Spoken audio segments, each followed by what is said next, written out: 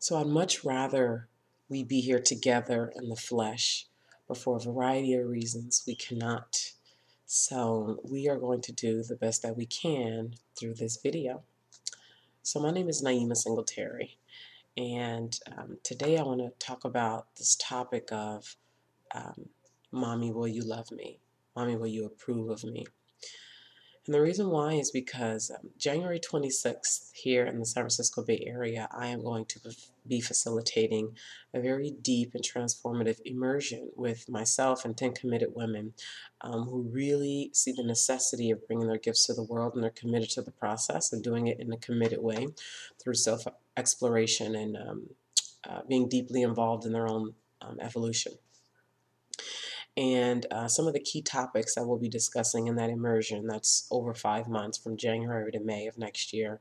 Some of the key topics and things that we'll be processing and dealing with together are the different types of permission, high quality decision making, resolve around decision making, the desperate need to be liked when making these high quality decisions. And in my work, my self research, working with other women for years and looking at consistent issues, consistent things that are said, consistent decision making, and the root level of a lot of the behaviors and decisions have really come back to the relationships that we have with our moms, and how much our mom or even our dad and other people who were instrumental in raising us and helping to craft our identity as children, how much our current adult decision making is rooted in their agreement or non agreement, how much is rooted in if they'll approve, if they'll love, if they'll leave or disown us if we don't act or behave or perform in the ways that are agreeable to them. And so, in this video today, I want to talk about what that process has been like for me and what I see has been the problem for a lot of people, maybe even for you, and how to start to process this in a way that's healthy for you and for your mom or dad or whoever this person is, and a little bit about the immersion that starts January 26th here in the San Francisco Bay Area. So, over the year, I started as an entrepreneur when I was 21. And around 26, I really started to engage in this self research behind how my life had gotten to the point where it was, because I was going through a divorce. And for anybody who's going through a divorce, there's a lot of like internal processing, and, because you're so discombobulated, at least for me, there was so much self research that was going on. And how did I get here? And what's going on? And what am I doing next? And all this. And really looking at my decision making, the people who are in my life, how I got there.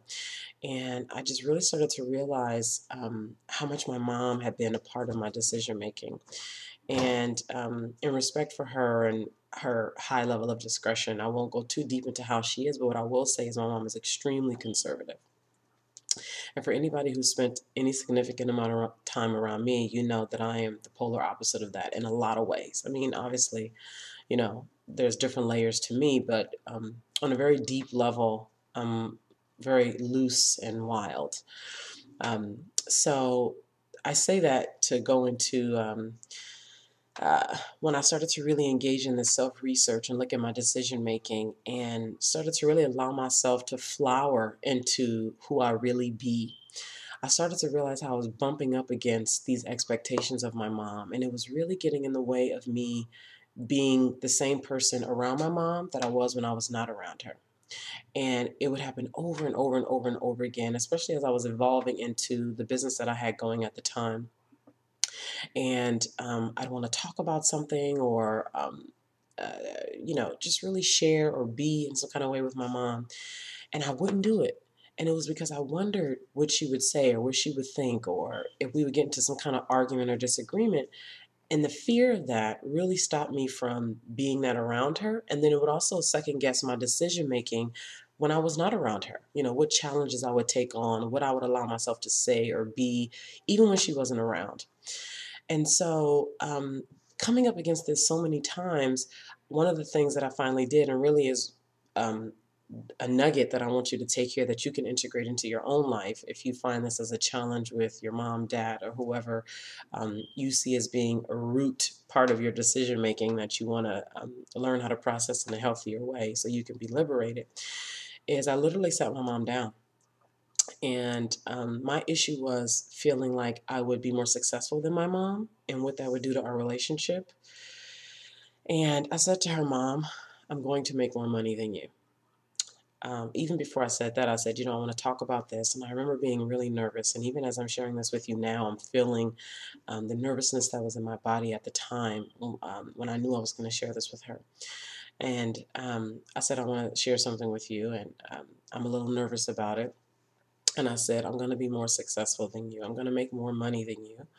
And basically going into, without me going into the word by word of what I said, essentially I was letting her know that there are directions that I want to go in my life, and I've been concerned about how you perceive me, how you'll interact with me, and how our relationship will go as a result. And I don't want that to be a problem anymore because I recognize that I have important work to do in the world. So our relationship went something like that, and it was beautiful because I was able to look at it from how I felt about it as opposed to saying, you're a problem in my life and blaming her, etc., etc. We were really able to get through that, even with my nervousness and fear around what would happen. And we have a wonderful relationship today. An understanding she has about how I am. I definitely understand how she is and how to deal with her.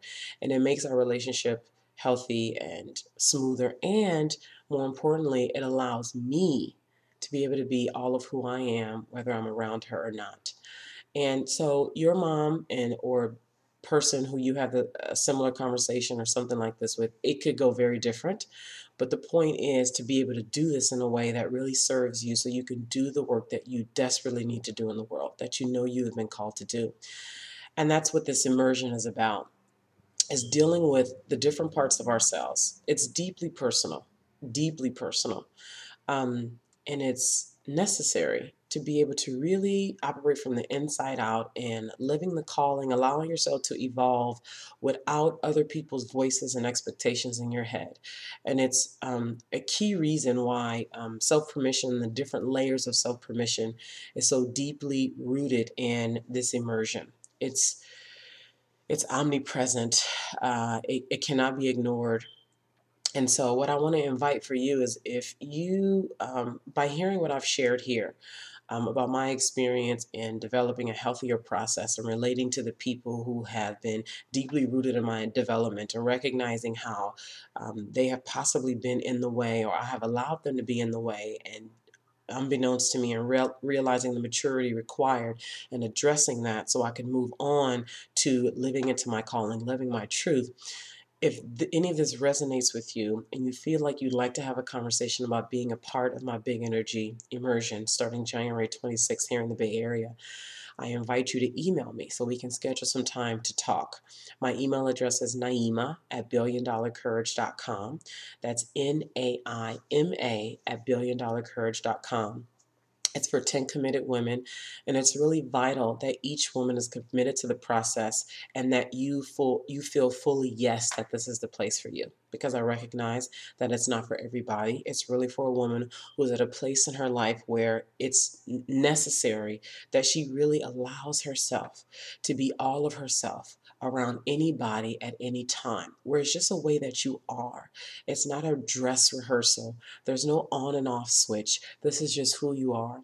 And people can decide whether they want to be around you or not, whether they want to be in your presence, whether they want to add to your world, whether you want to add to their world. And it's just an ecstatic place to be in. And I invite you that if you feel that this could be the place for you, that you reach out to me. I would love to connect with you. I would love to evolve with you. This is essential to my development. It's unequivocal. And so I invite you to join me if you feel like this could be the place for you. I'm Naima Singletary, and I look forward to connecting with you later. Bye.